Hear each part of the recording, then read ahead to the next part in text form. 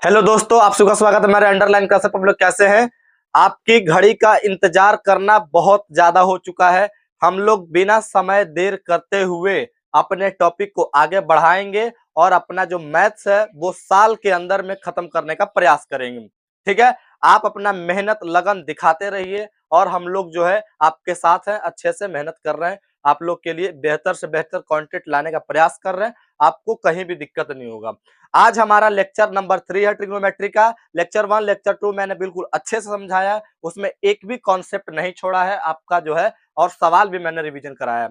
ठीक है, तो आज के इस लेक्चर को शुरू करते हैं और पेन पेपर लेके बैठ जाइए, अपने दोस्तों को जरूर बुला लीजिए ताकि इस लेक्चर का वो भरपूर आनंद ले सके। तो हम लोग कुछ बातें भी करेंगे, सवाल भी करेंगे, फॉर्मूला भी देखेंगे, ट्रिक्स भी अप्लाई करेंगे।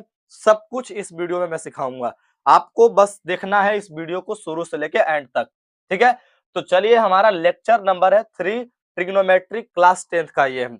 अगर क्लास 10 में आप चैप्टर देखोगे तो चैप्टर नंबर 8 है, तो उसमें आपको मिल जाएगा आसानी से। अब बिना समय गंवाते हुए हम लोग शुरू करते हैं। तो मैंने कुछ फार्मूला भी बतलाया था, कुछ बेसिक जानकारी भी दी थी आपको, उसी को आगे हम लोग बढ़ाते हैं आज।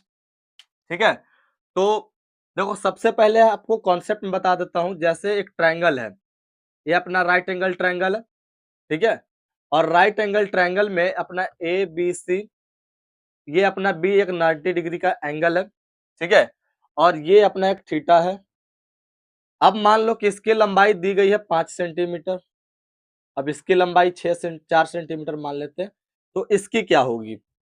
ठीक है, यानी ए बी का मान दिया हुआ है, ए सी का मान दिया हुआ है, बी सी का मान पूछ रहा है। तो सबसे पहले आपको लिखना होगा यहाँ पे हाइपोटेनस का मान कितना इस ट्रायंगल में। ट्रायंगल में आपको देखना पड़ेगा। तो 90 डिग्री के सामने कौन होता है? हाइपोटेनस यानी कर्ण होता है, यानी कर्ण का मान कितना आ गया? 5। अब थीटा के सामने, थीटा के सामने कौन होता है? लंब होता है। मैंने सब कुछ बतलाया अच्छे से। तो थीटा के सामने लंब, यानी P का मान कितना आ जाएगा? 4 आ जाएगा। B की कमी हो रही है तो B हम लोग निकाल लेंगे। अब B को निकालने के लिए क्या तरीका है? B को निकालने के लिए पाइथागोरस का प्रमेय लगाएंगे। क्या है? h स्क्वायर बराबर p square plus b square. ठीक है, ये अपना है। अब हम यहाँ पे पुट कर लेते तो ये आ जाएगा, 5 का स्क्वायर करेंगे तो 25 आ जाएगा, 4 का स्क्वायर करेंगे तो 16 आ जाएगा, प्लस का b स्क्वायर। 16 इधर आके माइनस होगा, यानी 9 बराबर बी स्क्वायर। तो बी की वैल्यू आ जाएगी 3। ये सब बातें मैंने पिछले वीडियो में बतलाया अच्छे तरीके से। तो ये 3 सेंटीमीटर आ जाएगा, 3 सेंटीमीटर आ जाएगा। और जब ये निकल जाता है तो आपसे पूछ लिया जाता है कि साइन थीटा बराबर क्या होगा, जो कि साइन थीटा का अनुपात क्या है? पी बटे एच। पी बटे एच है, यानी पी की वैल्यू कितनी यहाँ पे है? 4, एच की वैल्यू 5, तो 4/5 इसका आंसर आ जाएगा साइन थीटा का। यहाँ तक हमने जो है पिछले लेक्चर में बात कर लिया है। फिर आपसे पूछता है कि cos थीटा की वैल्यू क्या होगी, निकालो। tan थीटा की वैल्यू क्या होगी? तो हम लोग को अनुपात याद करना पड़ता है। अनुपात क्या है? इसका b बटे एच, इसका क्या है? p बटे बी। लेकिन आज के लेक्चर में क्या सीखने वाले हैं?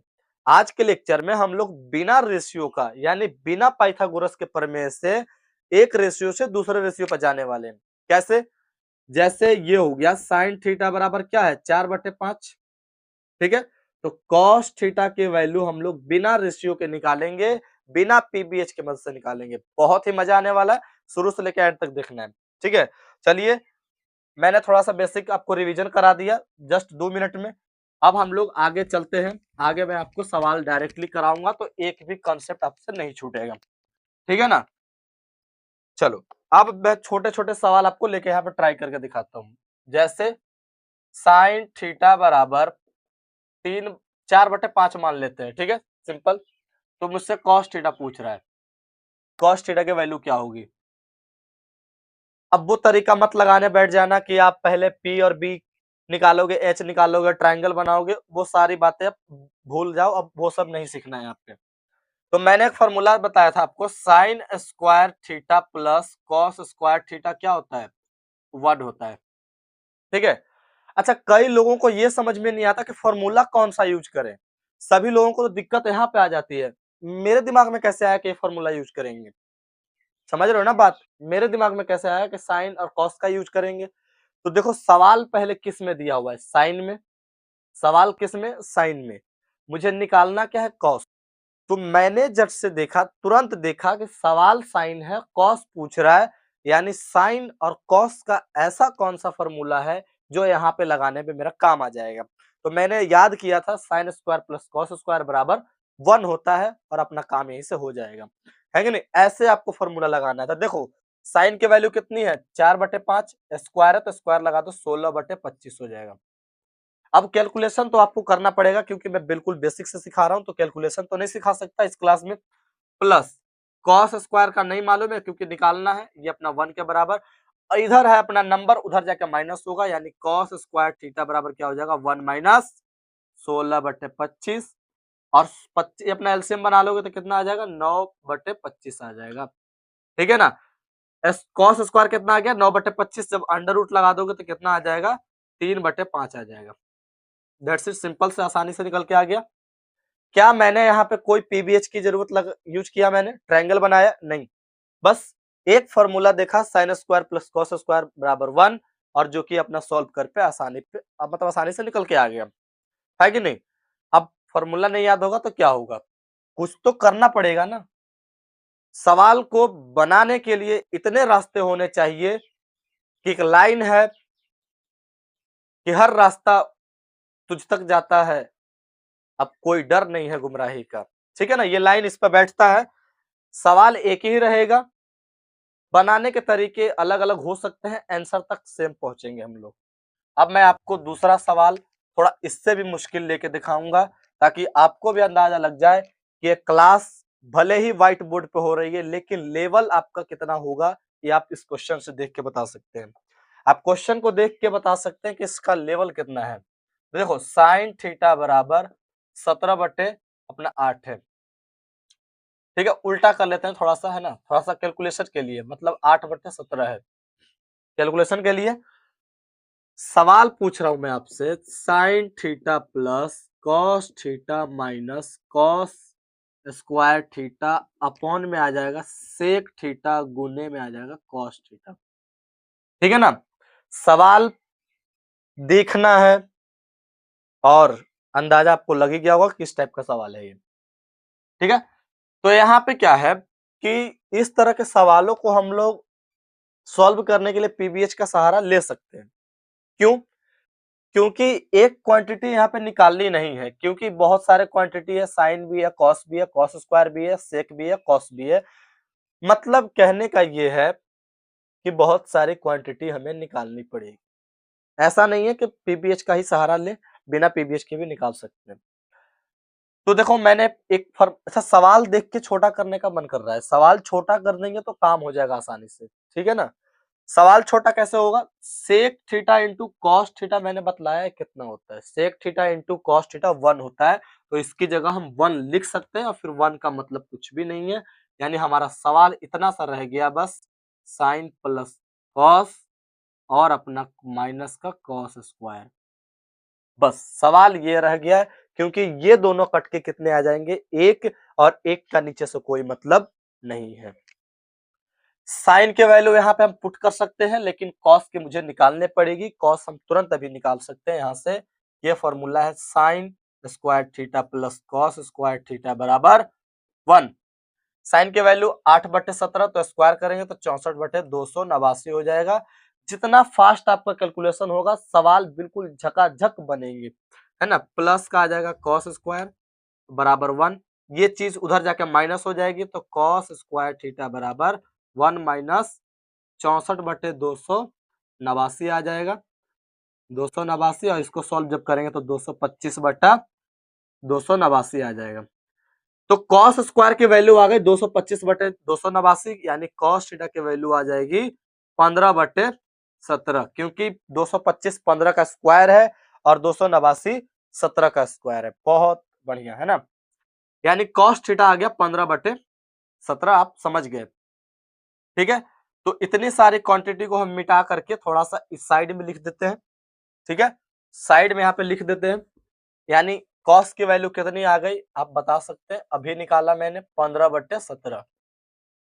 अब यहाँ पे पुट करेंगे इस लाइन में, तो साइन थीटा का तो 8/17 दिया हुआ है, प्लस कॉस की कितनी आई 15/17, यहाँ पे कॉस स्क्वायर यानी 225/289 289। अब तीनों का एलसीएम लेके सॉल्व कर देंगे। तीनों का एलसीएम कितना होगा? 289 हो जाएगा। ठीक है, ये कट जाएगा। अब थोड़ा सा जल्दी करने का प्रयास में देखो कैसे होगा। 17 से 17 काटेंगे तो 17 आएगा। 17 8 कितना होता है? लिख देते हैं पे 17 गुने 8 प्लस 17 गुने 15 और माइनस का आ जाएगा 225। ठीक है, यहाँ पे देखना 17 कॉमन है ना? तो 17 जब कॉमन ले लेंगे तो क्या बचेगा? 8 और 15। 8 15 कितना होगा? 23। ठीक है, 23 हो जाएगा और माइनस का 225 बटे 289। ठीक है, 17 गुने कर लेते हैं यहाँ पे साइड में। 17 गुने कितना हो जाएगा? 17 तिया 51 और 17 दूना 34 और 5 हो जाएगा 39। 391 माइनस 225 बटे में 289 आ जाएगा। कैलकुलेशन हार्ड हो सकता है लेकिन आपका स्ट्रांग है, बेस बहुत मजबूत है तो आप कर सकते हैं। 11 में से 5 जाएगा तो 6 आ जाएगा। ये 8 8 में से 2 गया तो 6 और 3 में से 2 गया तो 1 आ जाएगा। 166 बटे 289 आ जाएगा। फाइनल आंसर अपना पहुंच गया। यहाँ तक आसानी से मैंने निकाल के आपको दिखा दिया। तो साइन थीटा के वैल्यू 8/17 दी गई, तो इस क्वांटिटी का मैंने सॉल्व करके मान निकाला है। देख रहे हो आप क्लास में। तो इस तरह के सवाल जब तक आप सॉल्व नहीं करोगे, आपका जो लेवल है बेसिक से हाई नहीं जा सकता। ठीक है, अच्छे से सॉल्व करोगे तो कोई दिक्कत नहीं आएगा। एक ही सवाल ऐसे नहीं है, बहुत सारे सवाल है। मैं आपको अभी करके दिखाता हूँ। एक और सवाल ले लेते हैं आपके लिए। पेन पेपर लेके बैठते रहना है। मेरे कॉन्सेप्ट को देखो, मेरे तरीकों को देखो कैसे हम कर रहे हैं। मैं कैसे कर रहा हूँ, निकालने का कैसे कर रहा हूँ, है कि नहीं? अभी तक मैंने पीबीएच का सहारा नहीं लिया है और ना ही मैं आगे लूंगा। आप चाहे तो इसका स्क्रीनशॉट भी ले सकते हैं। ठीक है, कोई दिक्कत नहीं है।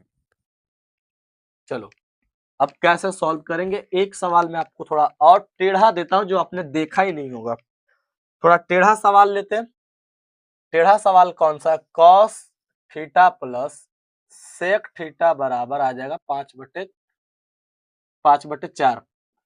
तो पूछ रहा हूं कॉस स्क्वायर प्लस प्लस क्या हो जाएगा? Sec square.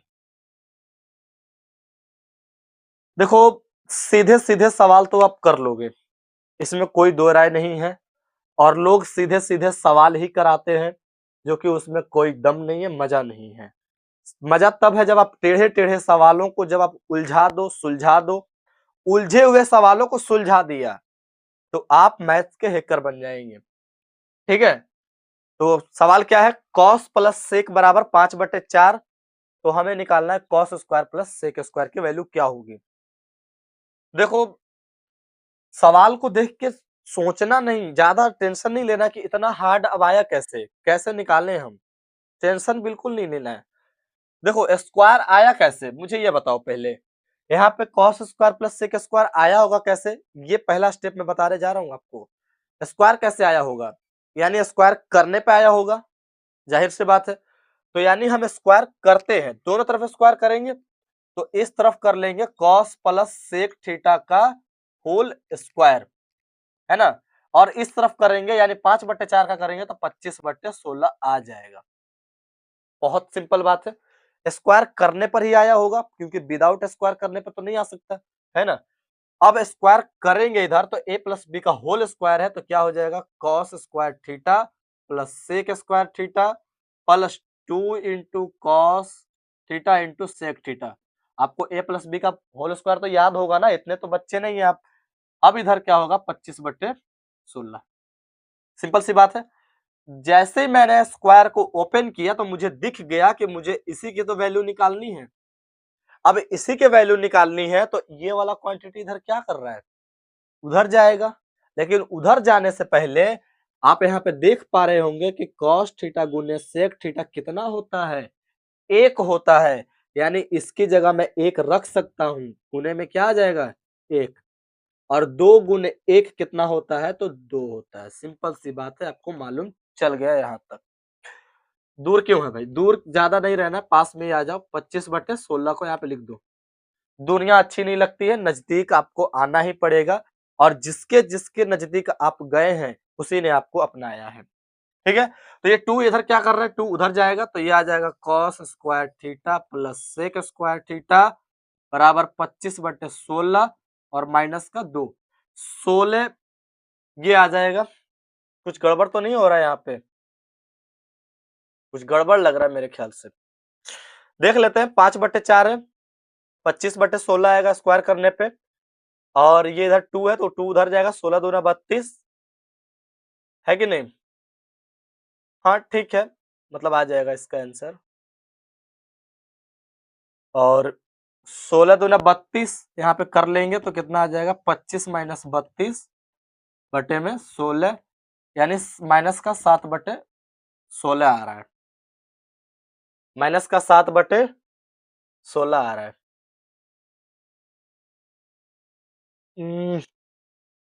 देखते हैं, ठीक है, फिर से एक बार चेक कर लेते हैं क्योंकि माइनस में तो मेरे ख्याल से नहीं आना चाहिए। कॉस प्लस सेक कितना है, 5/4, जो कि मैंने होल स्क्वायर लगाया तो 25/16 हो गया। फिर इधर आया 2, उधर चला गया, 16 दूना 32, 7 माइनस का 7/16 आ गया, ठीक है। यानी cos square plus sec square बराबर कितना आ जाएगा, -7/16, ठीक है। ये अपना आंसर आ गया, आसानी से निकल के चला आया, ठीक है। तो इस तरह से सवालों को सॉल्व किया जाता है। अगर आपको कहीं भी मिस्टेक लग रहा हो तो जरूर कमेंट बॉक्स में बताना, ठीक है। लेकिन मेरे ख्याल से तो -7/16 ही आएगा, मैंने क्रॉस चेक भी किया, ठीक है। अगर आपको लग रहा हो तो कमेंट बॉक्स में जरूर बता देना।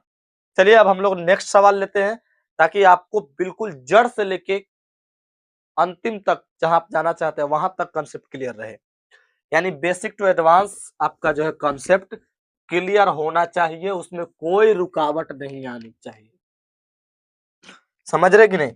आज का लेक्चर 3 है, 3 इसका नाम है, लेकिन हम लोग माइंड फ्री काम करेंगे। 3 इसका नाम है, माइंड फ्री काम करेंगे। देखो tan थीटा बराबर 1/2 है, तो आपसे पूछ रहा है कॉट माइनस सेक थीटा कितना होगा, कॉट माइनस सेक कितना होगा, बहुत सिंपल सवाल है, और ठीक है ना। कॉट माइनस सेक पीबीएच का सहारा ले भी सकते हैं, नहीं भी ले सकते हैं, लेकिन मैं नहीं लूंगा यहाँ पे, मैंने आज इस क्लास में मान लिया कि आज मैं नहीं लूंगा। तो देखो tan थीटा का एक फॉर्मूला होता है 1/cot थीटा, 1/cot थीटा, और cot थीटा इधर आएगा तो tan थीटा इधर जाएगा, मतलब tan cot बराबर भी फॉर्मूला बन जाएगा 1/tan, और cot के वैल्यू निकालना बहुत आसान है, क्योंकि जो वैल्यू tan की होती है वो पलट करके cot के बन जाती है, यानी 1/2 को जब पलटेंगे तो 2/1 होगा, जो कि इसका आंसर आ जाएगा, मतलब ये अपना आ गया cot थीटा बराबर 2, ठीक है। आसानी से निकल गया, कोई दिक्कत नहीं है। अब मैं यहाँ पे पुट करूंगा, मुझे निकालना है सेक, सेक निकालना है, तो यहाँ पे देखना सेक थीटा, एक और फॉर्मूला मैंने सिखाया, sec square minus tan square बराबर 1 होता है। tan की वैल्यू कितनी है, 1/2, यहाँ पे 1/2 रख देंगे, तो सेक स्क्वायर थीटा माइनस 1/2 का स्क्वायर 1/4 बराबर 1 आएगा, और सेक स्क्वायर थीटा बराबर 1/4 उधर जाके, यानी 1 प्लस 1/4 हो जाएगा, 4 और 1 5 हो जाएगा, 5/4, ये आ जाएगा सेक स्क्वायर बराबर, अंडर रूट लगा दूंगा तो सेक थीटा बराबर आ जाएगा √5 और बटे में 2, क्योंकि 4 का वर्गमूल 2 होगा, आसानी से निकाल लोगे, सेक थीटा बराबर √5/2 होने वाला है, ठीक है। कॉट की भी वैल्यू निकल गई और सेक की भी निकल गई।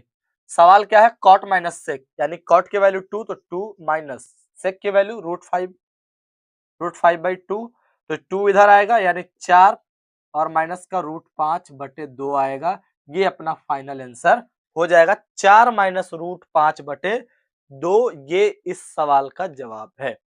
तो इतनी आसानी से कॉन्सेप्ट के साथ मैंने आपको अच्छे तरीके से समझाया, अगर आपने सीख लिया है तो कोई भी सवाल होगा आसानी से सॉल्व कर सकते हो। तो मुझे उम्मीद है आज का लेक्चर यानी लेक्चर नंबर 3 अच्छे से समझ में आ गया होगा। ट्रिग्नोमेट्री में हमने ठान लिया है कि बिल्कुल बेसिक से एडवांस तक की करेंगे, और आपका 10th क्लास में जो क्वेश्चन पूछा जाता है उससे और ज्यादा हम लोग जाने का प्रयास करेंगे। अपने दोस्तों तक जरूर शेयर करना ताकि उनका भी फायदा हो। वीडियो को लाइक और चैनल को सब्सक्राइब कर देना। मिलते हैं अगले लेक्चर के साथ, तब तक के लिए जय हिंद, जय भारत।